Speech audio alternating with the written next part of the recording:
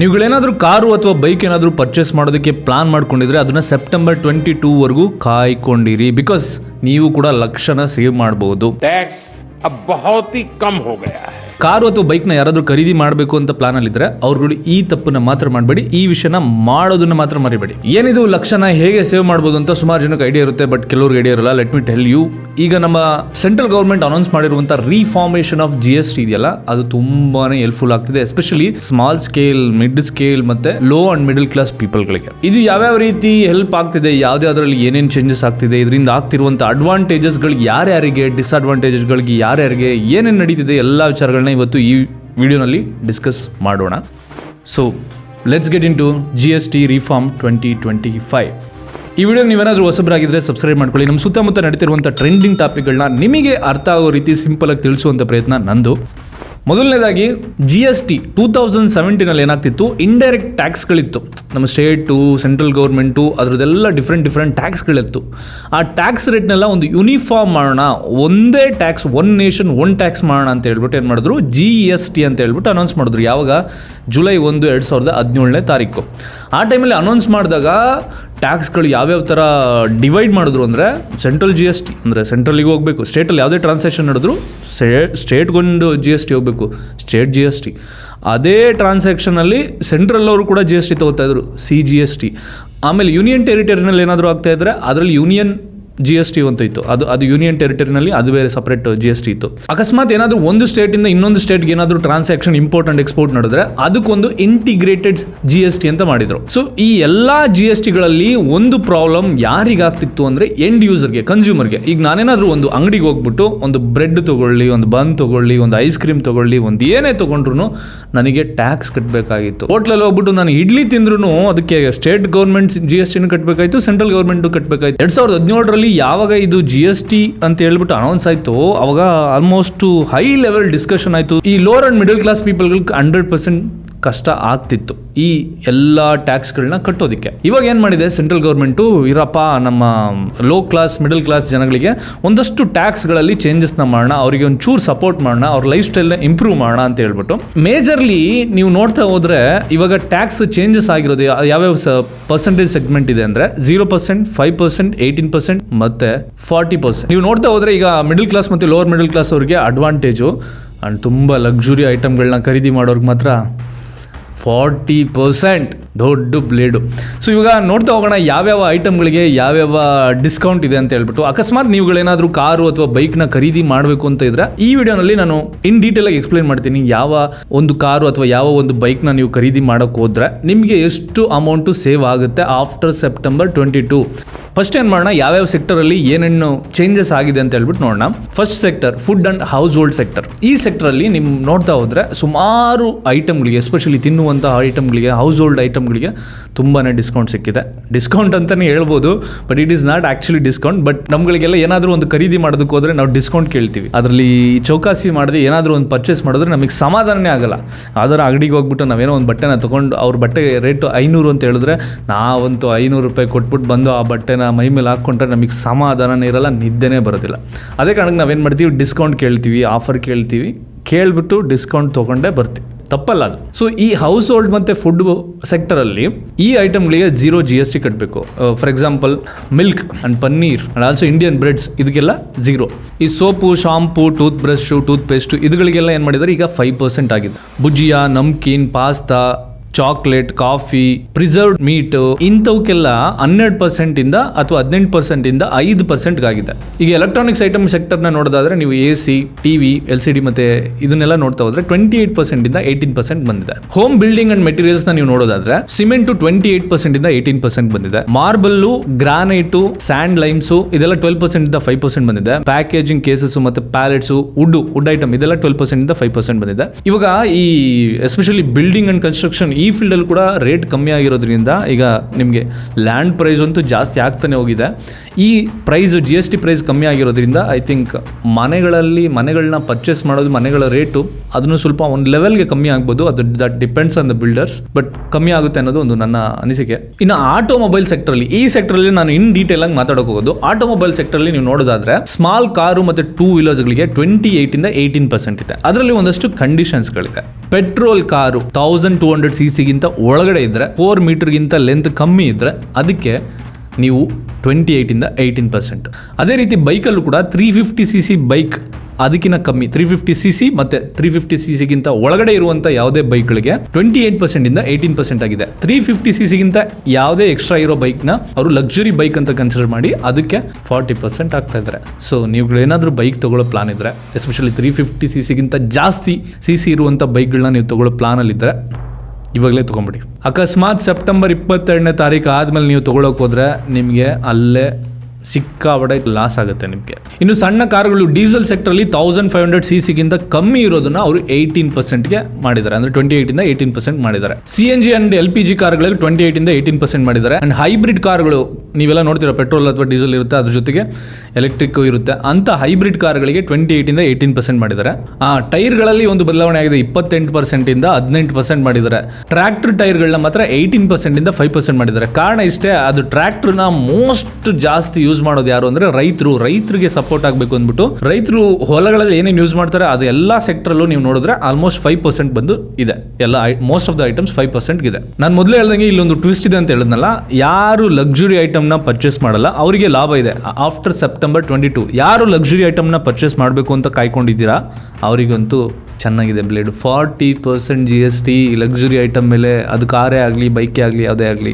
ಈಗ ಒಂದೆರಡು ಕಾರ್ಗಳನ್ನ ಕಂಪೇರ್ ಮಾಡೋಣ. ಇಷ್ಟು ಬಜೆಟಲ್ಲಿ ನೀವು ಈ ಕಾರ್ನ ತೊಗೊಂಡ್ರೆ ನಿಮ್ಗೆ ಎಷ್ಟು ಸೇವ್ ಆಗ್ಬೋದು ಅಂತ ಹೇಳ್ಬಿಟ್ಟು. ನಮ್ಮ ಇಂಡಿಯಾದಲ್ಲಿ ಹೈಯೆಸ್ಟ್ ಸೇಲ್ ಇರುವಂಥ ಒಂದು ಬ್ರ್ಯಾಂಡ್ ಅಂದರೆ ಕಾರ್ ಬ್ರ್ಯಾಂಡ್ ಅಂದರೆ ಅದು ಮಾರುತಿ. ಸಪೋಸ್ ಮಾರುತಿ ಸ್ವಿಫ್ಟು 6 ಲಕ್ಷ ಇತ್ತು, ಅದಕ್ಕೆ ಮೊದಲು GSTನ ಎಷ್ಟು ಕಟ್ತಿದ್ರು? 1,68,000. ಈಗ ಆಗಿರುವಂಥ 18% ಇಂದ ಎಷ್ಟು ಕಟ್ಟಬೇಕಾಗುತ್ತೆ? 1,08,000. ಸೊ ಎಷ್ಟು ಸೇವಿಂಗ್ ಆಗುತ್ತೆ? 60,000 ಸೇವಿಂಗ್ ಆಗುತ್ತೆ. ಯಾವುದಕ್ಕೆ? ಬರೀ 6 ಲಕ್ಷ ಬಜೆಟಲ್ಲಿ ತೊಗೊತಾ ಇರುವಂಥ ಒಂದು ವೆಹಿಕಲ್ಗೆ. ಸಪೋಸ್ ಅದೇ ನೀವು 12 ಲಕ್ಷದ ಯಾವುದಾದ್ರೂ ಸೆಡಾನ್ಗೆ ಯಾವ್ದಾದ್ರು ಹೋಗ್ತೀರಾ, ಲೈಕ್ ಹೊಂಡಾ ಸಿಟಿ ಅಥವಾ ಹಂಡೈ ವರ್ನ, ಇದಕ್ಕೆ ಯಾವ್ದಾದ್ರು ಹೋದ್ರೆ ಆ 12 ಲಕ್ಷದ ಕಾರ್ಗೆ ನೀವೆಷ್ಟು GST ಕಟ್ತಿದ್ರಿ? ಹಳೆಯ GST ಪ್ರಕಾರ 3,36,000 ಕಟ್ಟಬೇಕಾಗಿತ್ತು. ಆದರೆ ಸೆಪ್ಟೆಂಬರ್ 22ನೇ ತಾರೀಕು ಆದ್ಮೇಲೆ ತಗೊಂಡ್ರೆ 2,16,000 ಕಟ್ಟಬೇಕಾಗುತ್ತೆ. ಸೊ ಅಂದ್ರೆ ಎಷ್ಟು ಸೇವಿಂಗ್ಸ್ ಆಯ್ತು? 1,20,000 ಸೇವಿಂಗ್ ಆಯ್ತು. ಸೊ ಬೇಸಿಕಲಿ ಸಿಂಪಲ್ ಲಾಜಿಕ್ ಇದರಲ್ಲಿ, ನೀವು ಬೇಸ್ ಅಮೌಂಟ್ ಏನಿದೆ ಅದರಲ್ಲಿ ನೀವು 10% ಸೇವ್ ಆಗೇ ಆಗುತ್ತೆ. ನಾನು ಮೊದಲು ಹೇಳಿದಲ್ಲ, 6 ಲಕ್ಷದಲ್ಲಿ ನೀವು 60,000 ಸೇವ್ ಆಗುತ್ತೆ, 12 ಲಕ್ಷದಲ್ಲಿ ನಿಮಗೆ 1,20,000 ಸೇವ್ ಆಗುತ್ತೆ. ಅದೇ ರೀತಿ ನೀವು 15 ಲಕ್ಷ ತೊಗೊಂಡ್ರೆ 1,50,000 ನಿಮಗೆ ಸೇವ್ ಆಗುತ್ತೆ. ಯಾಕಷ್ಟು ಅಂತಂದರೆ ಇಟ್ಸ್ ಎ ಸಿಂಪಲ್ ಕ್ಯಾಲ್ಕುಲೇಷನ್. ನೀವು 28% ಇಂದ 18% ಅಂತಂದಾಗ 10% ನಿಮಗೆ ಸೇವಿಂಗ್ ಆಗ್ತಿರುತ್ತೆ. ಅದು ಯಾವುದು? ಬೇಸ್ ಪ್ರೈಸ್ ಮೇಲೆ. ಬೇಸ್ ಪ್ರೈಸು ನೀವು ಎಷ್ಟು ಕೊಟ್ಟು ತೊಗೊತಿದ್ರೆ ಆ ಪ್ರೈಸ್ ಮೇಲೆ. ಸೊ ಆ ಬೇಸಿಸ್ ಮೇಲೆ ನೀವು ಬೈಕ್ದು ಕೂಡ ಕ್ಯಾಲ್ಕುಲೇಟ್ ಮಾಡ್ಬೋದು. ಆ್ಯಂಡ್ ಬಿಫೋರ್ ನೀವು ಕಾರ್ನೇ ಪರ್ಚೇಸ್ ಮಾಡಿ, ಬೈಕ್ನೇ ಪರ್ಚೇಸ್ ಮಾಡಿ, ಏನೇ ಪರ್ಚೇಸ್ ಮಾಡೋದಕ್ಕೂ ಮುಂಚೆ ದ ಬೆಸ್ಟ್ ಥಿಂಗ್ ಏನಂದರೆ ನೀವು ಯಾವ ಬ್ರ್ಯಾಂಡ್ ಕಾರ್ನ ತೊಗೋಬೇಕು, ಯಾವ ಬ್ರ್ಯಾಂಡ್ ಬೈಕ್ನ ತೊಗೋಬೇಕು ಅಂತ ಡಿಸೈಡ್ ಮಾಡಬೇಕು. ನಾನಾಗಲೇ ಅದ್ರ ಬಗ್ಗೆ ಒಂದು ವಿಡಿಯೋನ ಡೀಟೇಲಾಗಿ ಮಾಡಿದ್ದೀನಿ. ನೀವು ಯಾವುದೇ ಕಾರ್ನ ಪರ್ಚೇಸ್ ಮಾಡೋದಕ್ಕೂ ಮುಂಚೆ ಈ ಅಷ್ಟು ವಿಷಯಗಳನ್ನ ಚೆಕ್ ಮಾಡದೆ ಪರ್ಚೇಸ್ ಮಾಡೋಕೆ ಹೋಗಲೇಬೇಡಿ ಅಂತ ಹೇಳ್ಬಿಟ್ಟು ಅದಕ್ಕೆ ಸುಮಾರು ಒಳ್ಳೊಳ್ಳೆ ರೆಸ್ಪಾನ್ಸ್ ಬಂದಿದೆ. ಮಿಸ್ ಮಾಡದೆ ಆ ವಿಡಿಯೋನ ನೋಡಿ ಟ್ಯಾಗ್ ಮಾಡ್ತೀನಿ. ಆ್ಯಂಡ್ ಹೈ ಲೆವೆಲ್ ಲೆಂತ್ 4 ಮೀಟರ್ಗಿಂತ ಹೈ ಇರೋದು ಆ ಸೆಕ್ಟರ್ಗೆ 40% ಇದೆ ಲಕ್ಸುರಿ ಗಾಡಿ ಅಂತ ಹೇಳ್ಬಿಟ್ಟು. ಆ್ಯಂಡ್ ನೀವು ಯಾವುದೇ ಗಾಡಿಗಳಲ್ಲಿ ನೀವು ನೋಡಿದ್ರೆ ಗಾಡಿಗಳಿಗೆ GST ಒಂದಿರುತ್ತೆ ಮತ್ತು ಸೆಸ್ಸು ಕೂಡ ಇರುತ್ತೆ. ಸೊ ಅದನ್ನು ಕೂಡ ಎಕ್ಸ್ಟ್ರಾ ಇರುತ್ತೆ, ಅದನ್ನು ಮರಿಬೇಡ್ರಿ. ಬಟ್ ಓವರ್ ಆಲ್ ನಾವು ಸೇವ್ ಆಗಿರೋದನ್ನ ನಾನು ಮಾತಾಡ್ತಾ ಇದ್ದೀನಿ. ಈ ಸೆಕ್ಟರ್ನ ಹೇಳೋದು ಬಿಟ್ಟೆ ಎಲೆಕ್ಟ್ರಿಕ್ ವೆಹಿಕಲ್ಗಳು ಯಾವ್ದಾವ್ದಿದೆ ಅದಕ್ಕೆ ಇನ್ನೂ 5% GST ಇದೆ, ಮೊದಲಿಂದು ಅಷ್ಟೇ ಇವಾಗಿಂದು ಅಷ್ಟೇ. ಸೊ ಎಲೆಕ್ಟ್ರಿಕ್ ವೆಹಿಕಲ್ಗಳಿಗೆ ಯಾಕೆ 5% ಇಟ್ಟಿದ್ದಾರೆ ಅಂದರೆ, ನೆಕ್ಸ್ಟ್ ಬಿಗ್ ಚಾಲೆಂಜ್ ಏನು ಅಂದರೆ ನಮ್ಮ ಇಂಡಿಯಾದಲ್ಲಿ ಆಗಲಿ ಬೇರೆ ಎಲ್ಲ ಗ್ಲೋಬಲಿ ಎನ್ವಿರಾನ್ಮೆಂಟ್. ಆ ಎನ್ವಿರಾನ್ಮೆಂಟ್ನ ಸೇವ್ ಮಾಡಬೇಕು ಅನ್ನೋ ಕಾರಣಕ್ಕೆ ಎಲ್ಲರೂ ಎಲೆಕ್ಟ್ರಿಕ್ ವೆಹಿಕಲ್ಗಳ ಕಡೆಗೆ ಮೂವ್ ಆಗ್ತಿದ್ದಾರೆ. ನನಗೆ ಗೊತ್ತು ತುಂಬ ಜನ ಪ್ರಶ್ನೆ ಮಾಡ್ಬೋದು, ಎಲೆಕ್ಟ್ರಿಸಿಟಿನ ಜನರೇಟ್ ಮಾಡೋದಕ್ಕೂ ಕೂಡ ಎಸ್ಪೆಷಲಿ ಥರ್ಮಲ್ ಪವರ್ ಪ್ಲಾಂಟಲ್ಲಿ ಕೋಲ್ ಯೂಸ್ ಮಾಡ್ತಾರಲ್ಲ, ಅದು ಬರ್ನ್ ಆದಾಗ ಅದು ಕೂಡ ಎಷ್ಟು ಎಫೆಕ್ಟ್ ಆಗ್ತಿದೆ ಅಂತ ಹೇಳ್ಬಿಟ್ಟು ಐ ಥಿಂಕ್ ಅದ್ರ ಬಗ್ಗೆ ಎಲ್ಲ ನಿಮಗೆ ಐಡಿಯಾ ಇರುತ್ತೆ. Hydro power plant, thermal power plant, wind power plant, solar power plant, ಈ ಎಲ್ಲ ಪವರ್ ಪ್ಲಾಂಟ್ಗಳಿಂದ ಎನರ್ಜಿನ ಜನರೇಟ್ ಮಾಡ್ತಾ ಇದೆ. ಬಟ್ ನಮ್ಮ ಇಂಡಿಯಾದಲ್ಲಿ ಮೇಜರ್ ಎಲೆಕ್ಟ್ರಿಸಿಟಿ ಜನರೇಟ್ ಆಗ್ತಿರೋದು ಕೋಲಿಂದ. ಅದು ಕೂಡ ಒಂದು ಕನ್ಸರ್ನೆ. ಅದನ್ನು ಯಾವ ರೀತಿ ಶಿಫ್ಟ್ ಮಾಡ್ತಾರೆ ಅಂತ ಹೇಳ್ಬಿಟ್ಟು ಲೆಟ್ಸ್ ಸಿ, ಅದ್ರ ಬಗ್ಗೆ ಮುಂದೊಂದು ದಿನ ಒಂದು ವಿಡಿಯೋನ ಮಾಡೋಣ. ನೆಕ್ಸ್ಟ್ ಸೆಕ್ಟರ್ಗೆ ಹೋಗೋದಕ್ಕೂ ಮುಂಚೆ ಕಾರು ಅಥವಾ ಬೈಕ್ನ ಯಾರಾದರೂ ಖರೀದಿ ಮಾಡಬೇಕು ಅಂತ ಪ್ಲಾನಲ್ಲಿದ್ದರೆ ಅವ್ರುಗಳು ಈ ತಪ್ಪನ್ನ ಮಾತ್ರ ಮಾಡಬೇಡಿ, ಈ ವಿಷಯನ ಮಾಡೋದನ್ನ ಮಾತ್ರ ಮರಿಬೇಡಿ. ನೀವು ಇವಾಗಲೇ ಹೋಗ್ಬಿಟ್ಟು ಯಾವುದಾದ್ರೂ ಒಂದು ಬ್ರ್ಯಾಂಡ್, ನಾನು ಮೊದಲೇ ಹೇಳಿದ್ನಲ್ಲ, ಯಾವ ಬ್ರ್ಯಾಂಡ್ ಕಾರ್ ಬೇಕು, ಯಾವ ಸಿ ಕಾರ್ ಬೇಕು, ಯಾವ ಥರ ಟೈಪು SUV ಬೇಕಾ, ಸೆಡಾನ್ ಬೇಕಾ, ಹ್ಯಾಚ್ ಬ್ಯಾಕ್ ಬೇಕಾ, ಯಾವ ಥರದ್ದು ಬೇಕು ಅಂತ ಹೇಳ್ಬಿಟ್ಟು ನೀವೇ ಡಿಸೈಡ್ ಮಾಡ್ಕೊಳ್ಳಿ. ನಿಮ್ಮ ಪ್ರಿಯಾರಿಟಿ ಯಾವುದಿದೆ, ಸೇಫ್ಟಿ ಇದೆಯಾ, ಮೈಲೇಜ್ ಇದೆಯಾ, ಯಾವುದಿದೆ ಅದನ್ನು ನೋಡಿಕೊಂಡು ನೆಕ್ಸ್ಟ್ ನಿಮ್ಮ ಬಜೆಟ್ನ ನೋಡಿಕೊಂಡು ಅದಾದಮೇಲೆ ಕಾರ್ನ ತೊಗೊಳೋದಕ್ಕೆ ಪ್ರಯತ್ನ ಪಡ್ರಿ. ಕಾರ್ ತೊಗೊಳೋದಕ್ಕೂ ಮುಂಚೆ ಕೆಲವರೆಲ್ಲ ಏನು ತಪ್ಪು ಮಾಡ್ತಾರೆ ಅಂದರೆ, ಒಂದು ಶೋರೂಮ್ಗೆ ಹೋಗ್ತಾರೆ, ಒಂದು ಶೋರೂಮ್ಗೆ ಹೋಗ್ಬಿಟ್ಟು ಅವ್ರಗಳ ಜೊತೆಗೆ ಮಾತಾಡ್ತಾರೆ. ಅವ್ರಗಳ ಜೊತೆಗೆ ಮಾತಾಡಿದಾಗ ಆ ಶೋರೂಮಲ್ಲಿ ನಿಮಗೋಸ್ಕರ ಅಂತ ಹೇಳ್ಬಿಟ್ಟು ನಾವಿಷ್ಟು ಡಿಸ್ಕೌಂಟ್ ಕೊಡ್ತೀವಿ ಅಂತ ಹೇಳ್ಬಿಡ್ತಾರೆ. ಅದನ್ನ ನೋಡ್ಬಿಟ್ಟು ಇವರು ಓಕೆ ಅಂತ ಹೇಳ್ಬಿಟ್ಟು ಕೆಲವರು ಬುಕ್ಕೇ ಮಾಡ್ಬಿಡ್ತಾರೆ ಅಡ್ವಾನ್ಸ್ ಕೊಟ್ಬಿಟ್ಟು. ಆ ತಪ್ಪನ್ನ ಮಾತ್ರ ಯಾರು ಮಾಡಬೇಡಿ. ಫಾರ್ ಎಕ್ಸಾಂಪಲ್, ಯಾರು ಟಾಟಾ ಗಾಡಿನ ತಗೋಬೇಕು ಅಂತ ಅನ್ಕೊಂಡಾಗ ಟಾಟಾದು ಬರೀ ಒಂದೇ ಶೋರೂಮ್ ಇರಲ್ಲ. ಅಂದರೆ ಶೋರೂಮ್ ಅಂದ್ರೆ ಡೀಲ್ ಮಾಡೋರು ಏನಿರ್ತಾರೆ ಅವ್ರದ್ದೊಂದು ಶೋರೂಮ್ಸ್ಗಳನ್ನ ಇಟ್ಕೊಂಡಿರ್ತಾರಲ್ಲ, ಆ ಥರ ನೀವು 3 ರಿಂದ 4 ಡೀಲರ್ ಶೋರೂಮ್ಸ್ಗಳಿಗೆ ವಿಸಿಟ್ ಮಾಡಿ. ಯೂಶಲಿ ಈ ಡೀಲರ್ಶಿಪ್ ತೊಗೊಂಡಿರೋ ಅಂಥವ್ರು ಅವ್ರಿಗೆ ಅಮೌಂಟ್ ಎಲ್ಲಿ ಸೇವ್ ಮಾಡ್ತಾರೆ, ಎಲ್ಲಿ ಪ್ರಾಫಿಟ್ ಮಾಡ್ಕೊತಾರೆ ಅಂದರೆ ಇನ್ಶೂರೆನ್ಸ್ಗಳಲ್ಲಿ. ಈ ಸೀಕ್ರೆಟ್ನ ಬೇರೆಯವ್ರು ಹೇಳ್ತಾರಲ್ಲೋ ಗೊತ್ತಿಲ್ಲ, ಬಟ್ ನನಗನ್ಸಿದ್ದು, ನಾನು ಹುಡುಕಿ ನೋಡಿದ್ದೆಲ್ಲ ನಾನು ನಿಮ್ಗೆ ಹೇಳ್ತಾ ಇದ್ದೀನಿ. ಆ್ಯಂಡ್ ಯಾವಾಗಲೂ ಹೊಸ ಗಾಡಿನ ಸೇಲ್ ಮಾಡಬೇಕಾದ್ರೆ ಡೀಲರ್ಸ್ಗಳಿಗೆ ಅಷ್ಟೊಂದು ದುಡ್ಡು ಸಿಗೋದಿಲ್ಲ, ಬಟ್ ಅವರಿಗೆ ದುಡ್ಡು ಆಗೋದೇ ಈ ಸರ್ವಿಸ್ಗಳಲ್ಲಿ. ಫಾರ್ ಎಕ್ಸಾಂಪಲ್, ನನ್ನೊಂದು ಹಂಡೈ ಇದಿದೆ, ವರ್ಣ ಇದೆ, ಅದಕ್ಕೊಂದು ಸರ್ವಿಸಿಗೆ ಕೊಟ್ಟರೆ ನಮಗೆ ಆಲ್ಮೋಸ್ಟ್ 13,000 to 15,000 ಬರುತ್ತೆ ಪ್ರತಿ ವರ್ಷ. ಆ್ಯಂಡ್ ಅದಾಯ್ತಾ, ಅದಾದಮೇಲೆ ಇನ್ಶೂರೆನ್ಸ್ ಮಾಡಿಸ್ತೀವಿ, ಇನ್ಶೂರೆನ್ಸ್ ಒಂದಷ್ಟು ಅಮೌಂಟ್ ಬರುತ್ತೆ. ಸೊ ಯಾವುದೇ ವೆಹಿಕಲ್ಗಳಲ್ಲಿ 2 ವೀಲರ್ ಆಗಲಿ 4 ವೀಲರ್ ಆಗಲಿ ದುಡ್ಡು ಮಾಡ್ಕೊಳ್ಳೋದೇ ಅವರು ಸರ್ವಿಸ್ ಸೆಂಟರ್ಗಳಲ್ಲಿ. ನೀವು ಫಾರ್ ಎಕ್ಸಾಂಪಲು 2-3 ಶೋರೂಮ್ಸ್ಗಳಿಗೆ ಹೋಗಿ ಅಲ್ಲಿ 2-3 ಶೋರೂಮ್ಸ್ಗಳಲ್ಲಿ ಸೇಮ್ ಇನ್ಶೂರೆನ್ಸ್ ಕಂಪ್ನಿ ಜೊತೆಗೆ ಇವರು ಟೈಅಪ್ ಆಗಿರೋದಿಲ್ಲ. ಮೋಸ್ಟ್ ಆಫ್ ದ ಪ್ಲೇಸಸ್ ನೀವು ಚೆಕ್ ಮಾಡಿ ನೋಡಿ, ಅವರಿಗೆ ಒಂದೊಂದು ಇನ್ಶೂರೆನ್ಸ್ ಕಂಪ್ನಿನಲ್ಲಿ ಒಂದೊಂದು ಡಿಫ್ರೆಂಟ್ ನಿಮಗೆ ಕಾರ್ ಪರ್ಚೇಸ್ ಮಾಡೋದಕ್ಕೆ ಹೋಗಿರೋರಿಗೆ ಗೊತ್ತಿರುತ್ತೆ. ಇನ್ಶೂರೆನ್ಸ್ ಕವರೇಜ್ ಯಾವ್ಯಾವ ಐಟಮ್ಗಳಿಗಾಗುತ್ತೆ, ಏನು ಡ್ಯಾಮೇಜ್ ಆದರೆ ಏನೇನು ಕವರ್ ಆಗುತ್ತೆ, ಬಂಪರ್ ಟು ಬಂಪರ್ ಅಥವಾ ಬರೀ ಪರ್ಟಿಕ್ಯುಲರ್ ಇಂದಷ್ಟೇ ಐಟಮ್ಗಳಿಗೆ ನೀವು ಇನ್ಶೂರೆನ್ಸ್ಗಳಲ್ಲಿ ನೀವು ಡೀಟೇಲ್ ಆಗಿ ಅವ್ರನ್ನ ಪ್ರಶ್ನೆ ಮಾಡಿ, ಇದು ಯಾವ್ದು ಕವರ್ ಆಗುತ್ತೆ ಅಂತ ಹೇಳ್ಬಿಟ್ಟು, ಬಂಪರ್ ಟು ಬಂಪರ್ ಕವರ್ ಆಗುತ್ತಾ ಅಥವಾ ಕೆಲವಷ್ಟೇ ಐಟಮ್ಗಳಿಗೆ ಕವರ್ ಆಗುತ್ತಾ ಅಂತ ಹೇಳ್ಬಿಟ್ಟು ನೀವು ಪ್ರಶ್ನೆ ಮಾಡಿ ಅದನ್ನ ಕ್ಲಿಯರ್ ಆಗಿ ತಿಳ್ಕೊಳ್ಳಿ ಅದೇನು ಅಂತ ಹೇಳ್ಬಿಟ್ಟು. ಅವಾಗ ನಿಮ್ಗೆ ಅರ್ಥ ಆಗುತ್ತೆ. ಒಂದೊಂದು ಇನ್ಶೂರೆನ್ಸಲ್ಲಿ ಒಂದೊಂದು ಥರ ಪ್ರೈಸ್ ಇರುತ್ತೆ, ಆ ಪ್ರೈಸಲ್ಲಿ ಅವರಿಗೆ ಪ್ರಾಫಿಟ್ ಆಗೋದು. ಬಿಕಾಸ್ ಇನ್ಶೂರೆನ್ಸ್ ಕಂಪ್ನಿ ಜೊತೆಗೆ ಟೈ ಅಪ್ ಮಾಡಿರ್ತಾರೆ, ದಟ್ಸ್ ದೇರ್ ಬಿಸ್ನೆಸ್. ನಾನು ಮೊದಲು ಹೇಳಿದ್ದೀನಿ, ಯಾವುದೇ ಕಾರ್ನ ತೊಗೊಳೋದಕ್ಕೂ ಮುಂಚೆ ಸರ್ವಿಸ್ ಸೆಂಟ್ರು ಎಷ್ಟಿದೆ, ಯಾವ ಒಂದು ಸಿಟಿನಲ್ಲಿ ಯಾವ್ದು ಸರ್ವಿಸ್ ಸೆಂಟರ್ ಹೇಗಿದೆ, ಅದಕ್ಕೆ ಹೋದರೆ ಸರ್ವಿಸ್ ಕಸ್ಟಮರ್ ಇಂಟ್ರಾಕ್ಷನ್ ಏನಿದೆ, ಅದನ್ನೆಲ್ಲ ನಾನು ಡೀಟೇಲಾಗಿ ಈ ವಿಡಿಯೋನಲ್ಲಿ ಎಕ್ಸ್ಪ್ಲೈನ್ ಮಾಡಿದ್ದೀನಿ. ಈ ಟ್ಯಾಗ್ ಬರ್ತಿದೆಯಲ್ಲ, ವಿಡಿಯೋನ ಮರಿದೆ ನೋಡಿ. Next sector agriculture sector. I think ಇವಾಗಷ್ಟೇ ನಮ್ಮ ರೈತರುಗಳು ಸ್ವಲ್ಪ ಉಸಿರು ಬಿಡುವಂಥ ಒಂದು ಅವಕಾಶ ಸಿಕ್ಕಿದೆ ಅಂತ ನಾನು ಅನ್ಕೋತೀನಿ. ಯಾಕಂದರೆ ಅವಾಗೆಲ್ಲ 18%, 28% ಎಲ್ಲ ಅವರು ಕೂಡ GST ಕಟ್ತಾ ಇದ್ರು.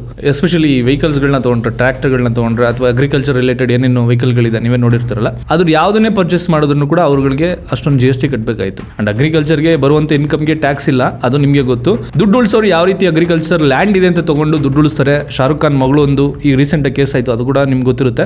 ಅದ್ರ ಬಗ್ಗೆ ಮತ್ತೊಂದಿನ ಮಾತಾಡೋಣ. ಟ್ಯಾಕ್ಸ್ ಎಲ್ಲ ಯಾವ ಥರ ದುಡ್ಡಿರೋರು ಯಾವ ರೀತಿ ಟ್ಯಾಕ್ಸ್ ಉಳಿಸ್ತಾರೆ ಅಂತ ಹೇಳ್ಬಿಟ್ಟು. ಈಗ ಅಗ್ರಿಕಲ್ಚರ್ ಸೆಕ್ಟರ್ ಅಲ್ಲಿ ಯಾವ್ಯಾವ ಐಟಮ್ ಏನೇನಿದೆ ಅಂತಂದ್ರೆ, ಸಿಂಪಲ್ ಆಗಿ ಹೇಳ್ಬೇಕು ಅಂದ್ರೆ ಎಲ್ಲ ಮೋಸ್ಟ್ ಆಫ್ ದ ಐಟಮ್ಸ್ಗಳಿಗೆ 5% ಮಾಡಿಬಿಟ್ಟಿದ್ದಾರೆ. ಇನ್ಫ್ಯಾಕ್ಟ್ ಅಗ್ರಿಕಲ್ಚರ್ ಅಲ್ಲಿ ನೀವು ಯೂಸ್ ಮಾಡುವಂಥ ಪೆಸ್ಟಿಸೈಡ್ಸು, ಈ ಯೂರಿಯಾ ಇದನ್ನೆಲ್ಲ ಯೂಸ್ ಮಾಡ್ತಾರಲ್ಲ, ಅಂತ ಐಟಮ್ಗಳಿಗೂ ಕೂಡ ನೀವು 12% ಅಥವಾ 18% ಏನೇನಿತ್ತು ಅದನ್ನೆಲ್ಲ 5% ಮಾಡಿದ್ದಾರೆ. ಇನ್ನು ಸರ್ವಿಸ್ ಸೆಕ್ಟರ್ಗೆ ಬಂದರೆ, ಸರ್ವಿಸ್ ಸೆಕ್ಟರ್ ಅಂದ್ರೇನು, ಹೋಟೆಲ್ಲು, ಜಿಮ್ಮು, ಸಲೂನು, ಇಂಥ ಸೆಕ್ಟರ್ಗಳಲ್ಲೂ ಕೂಡ 12% ಇದ್ದದನ್ನ 18% ಇದ್ದದನ್ನ ಎಲ್ಲ 5% ಮಾಡಿದ್ದಾರೆ. ಇನ್ನು ನೆಕ್ಸ್ಟ್ ಟಾಯ್ಸು, ಸ್ಪೋರ್ಟ್ಸು ಮತ್ತೆ ಹ್ಯಾಂಡಿಕ್ರಾಫ್ಟ್ ಮೆಟೀರಿಯಲ್ಸ್ಗಳಿದೆಯಲ್ಲ, ಈ ಸೆಕ್ಟರಲ್ಲಿ ಕೂಡ ಸುಮಾರು 18 ಮತ್ತು 12% ಏನೇನಿತ್ತು ಅದನ್ನೆಲ್ಲ 5% ಮಾಡಿದ್ದಾರೆ. ಎಜುಕೇಷನ್ ಸೆಕ್ಟರಲ್ಲೂ ಕೂಡ ನೀವು ನೋಡ್ತಾ ಹೋದರೆ, ಒಂದು ಪೆನ್ನು, ಒಂದು ಪೆನ್ಸಿಲ್, ಒಂದು ರಬ್ಬರು, ಒಂದು ಏನಂತಾರೆ ಏನೇ ಐಟಮ್ ತೊಗೊಂಡ್ರು, ಜಿಯೋಮೆಟ್ರಿ ಏನೇ ಐಟಮ್ ತೊಗೊಂಡ್ರು ಅದಕ್ಕೂ ಕೂಡ 12% ಟ್ಯಾಕ್ಸ್ ಕಟ್ಟೋದಿತ್ತು, GST ಕಟ್ಟೋದಿತ್ತು. ಎಜುಕೇಷನ್ ಸೆಕ್ಟ್ರಲ್ಲಿ ದುಡ್ಡು ಕಟ್ಟೋದಿತ್ತು, ಅದನ್ನು 5% ಮಾಡಿದ್ದಾರೆ. ನನ್ನ ಪ್ರಕಾರ ಐ ಥಿಂಕ್ 0 ಮಾಡಬೇಕಾಗಿತ್ತು. ಬಿಕಾಸ್ ಎಂಡ್ ಯೂಸರ್ ಅಲ್ಲಿ ಬರೋದು ಸ್ಟೂಡೆಂಟ್ಸ್ಗಳೇ. Education should not be a business ಅಂತ ಇದೆ. I don't know why still 5% ಅಂತ. ನಿಮ್ಗೆ ಏನು ಅನ್ಸುತ್ತೆ ಕಮೆಂಟ್ ಮಾಡಿ. ಇನ್ನು ಬಂಪರ್ ಲಾಟ್ರಿ ಹೊಡೆದಿರೋದು ಯಾವ ಸೆಕ್ಟರ್ ಅಂದರೆ ಅದು ಮೆಡಿಕಲ್ ಸೆಕ್ಟರ್. ಮೆಡಿಕಲ್ ಸೆಕ್ಟರಲ್ಲಿ ನೀವು ನೋಡೋಕೆ ಹೋದ್ರೆ, ಮೊದಲೆಲ್ಲ ಇನ್ಶೂರೆನ್ಸ್ಗಳಿಗೆ, ಲೈಫ್ ಇನ್ಶೂರೆನ್ಸ್ ಆಗಲಿ, ಟರ್ಮ್ ಇನ್ಶೂರೆನ್ಸ್ ಆಗಲಿ, ಹೆಲ್ತ್ ಇನ್ಶೂರೆನ್ಸ್ ಆಗಲಿ, ಯಾವುದೇ ಇನ್ಶೂರೆನ್ಸ್ ನೀವು ಮಾಡಿಸಿದ್ರು ಕೂಡ ಅದಕ್ಕೆ ನೀವು 18% GSTನ ಕಟ್ಟಬೇಕಾಗಿತ್ತು. ಬಟ್ ಇವಾಗ ಅದನ್ನು ನಿಲ್ ಮಾಡಿದ್ದಾರೆ. I am so happy. At least ಆ ವಿಚಾರದಲ್ಲಾದರೂ ಕಮ್ಮಿ ಮಾಡಿದಾರಲ್ಲ ಅಂತ ಹೇಳ್ಬಿಟ್ಟು. ಹಂಗಂದ್ಬಿಟ್ಟು ಎಲ್ಲನೂ ಕಮ್ಮಿ ಮಾಡಿಲ್ಲ. ಇಲ್ಲಿ ಬಂದ್ಬಿಟ್ಟು 33 types of life saving drugs, ಇನ್ಶೂರೆನ್ಸ್ಗಳು, ಇದನ್ನು ಮಾತ್ರ 0 ಮಾಡಿದ್ದಾರೆ. ಇನ್ನು ಮಿಕ್ಕಿದೆಲ್ಲನೂ 12 ಅಥವಾ 18% ಏನಿತ್ತು ಅದನ್ನೆಲ್ಲ 5% ತೊಗೊಂಡಿದ್ದಾರೆ. ಯಾವ್ದಾವ್ದು ಐಟಮ್ಗಳಂತಂದರೆ, ನೀವು ಮೆಡಿಕಲ್ ಐಟಮ್ಸ್ಗಳಿರುತ್ತಲ್ಲ, ಈಗ ಫಾರ್ ಎಕ್ಸಾಂಪಲ್ ನೀವು ಡೆಂಟಲ್ ಕ್ಲಿನಿಕ್ಕಿಗೆ ಹೋದರೆ ಅಲ್ಲಿರುವಂಥ ಇಕ್ವಿಪ್ಮೆಂಟ್ ಇರುತ್ತಲ್ಲ, ಇನ್ನೊಂದು ಡರ್ಮಾಟಾಲಜಿಸ್ಟ್ ಹತ್ರ ಹೋದರೆ ಅವ್ರ ಹತ್ರ ಒಂದಷ್ಟು ಇಕ್ವಿಪ್ಮೆಂಟ್ಗಳಿರುತ್ತಲ್ಲ, ಅಂಥ ಇಕ್ವಿಪ್ಮೆಂಟ್ಸ್ಗಳಿಗೆ ಇವ್ರೇನು ಮಾಡಿದ್ದಾರೆ, 5%ನ ಟ್ಯಾಕ್ಸ್ನ ಇಟ್ಟಿದ್ದಾರೆ, GSTನ ಇಟ್ಟಿದ್ದಾರೆ. ಸೊ ಈ GST ರಿಫಾರ್ಮ್ ಆಗಿರೋದ್ರಿಂದ ಅಡ್ವಾಂಟೇಜ್ ಮತ್ತು ಡಿಸ್ಅಡ್ವಾಂಟೇಜ್ ಬಗ್ಗೆ ನೀವು ತಿಳ್ಕೊಳ್ಳೇಬೇಕು.